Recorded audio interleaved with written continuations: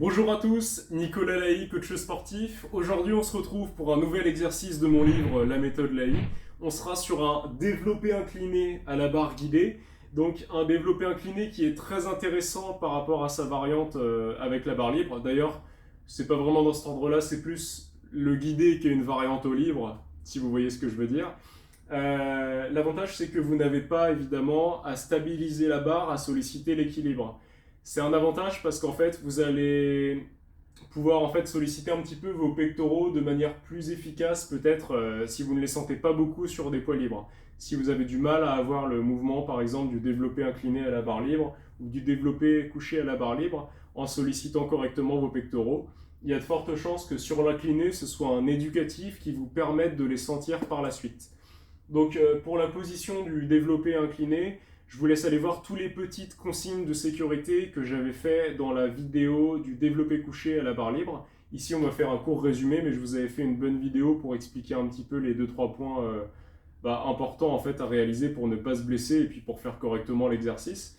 Donc pour vous placez les talons bien enfoncés dans le sol, vous les rapprochez légèrement de vous, vous posez les fessiers contre le banc. Donc le banc incliné à 40 degrés, comme toutes les positions d'incliné. Vous pouvez aussi l'incliner à 30 degrés si vous sentez un petit peu trop les épaules. Mais je vous conseille de le laisser à 40 sur celui-là, normalement ça devrait aller. Donc ça sollicite également un petit peu plus la partie supérieure du grand pectoral.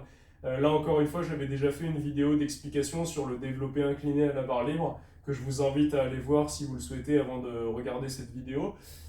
Donc pour le placement, je suis mis ici, je grandis ma cage thoracique, je colle le haut de mes trapèzes sur le banc, je resserre mes omoplates, je prends ma barre un tout petit peu plus large que ma largeur d'épaule, je la décolle. Donc là mes omoplates sont enfoncées, je fais attention à bien rentrer mes coudes à l'intérieur quand je descends, à ne pas les envoyer vers mes oreilles, plutôt à les envoyer vers mon bassin. J'inspire jusqu'à toucher le haut des pecs et je remonte. J'inspire et je remonte en expirant. Toujours en gardant vos omoplates resserrées. Et je repose la barre. Donc sur un placement comme ça, pour le développé incliné à la barre guidée, la barre ne doit pas toucher, comme sur un développé couché, la partie, le milieu du sternum en fait. Vous devez plus être en fait sur une ligne entre la clavicule et entre le sternum. C'est-à-dire pas dans l'alignement des tétons comme sur le développé couché, un tout petit peu plus haut, en fait au milieu. Voilà, à peu près ici. Donc ça c'est pareil, c'est du ressenti. Certaines personnes vont avoir un ressenti un petit peu plus efficace lorsqu'elles vont mettre la barre presque au niveau de la clavicule. Ce que je ne conseille pas forcément puisque la clavicule va pas forcément aimer avoir une énorme barre en face d'elle pour venir pousser. Ça va tendre un peu les fibres musculaires autour de celle-ci. Vous pouvez repartir avec des petites tensions après, c'est pas terrible. Néanmoins, tout est praticable. En fait, ce qu'il faut voir, c'est pourquoi on le fait. Est-ce qu'on est en sécurité quand on fait son mouvement? Est-ce qu'on sent bien surtout son mouvement?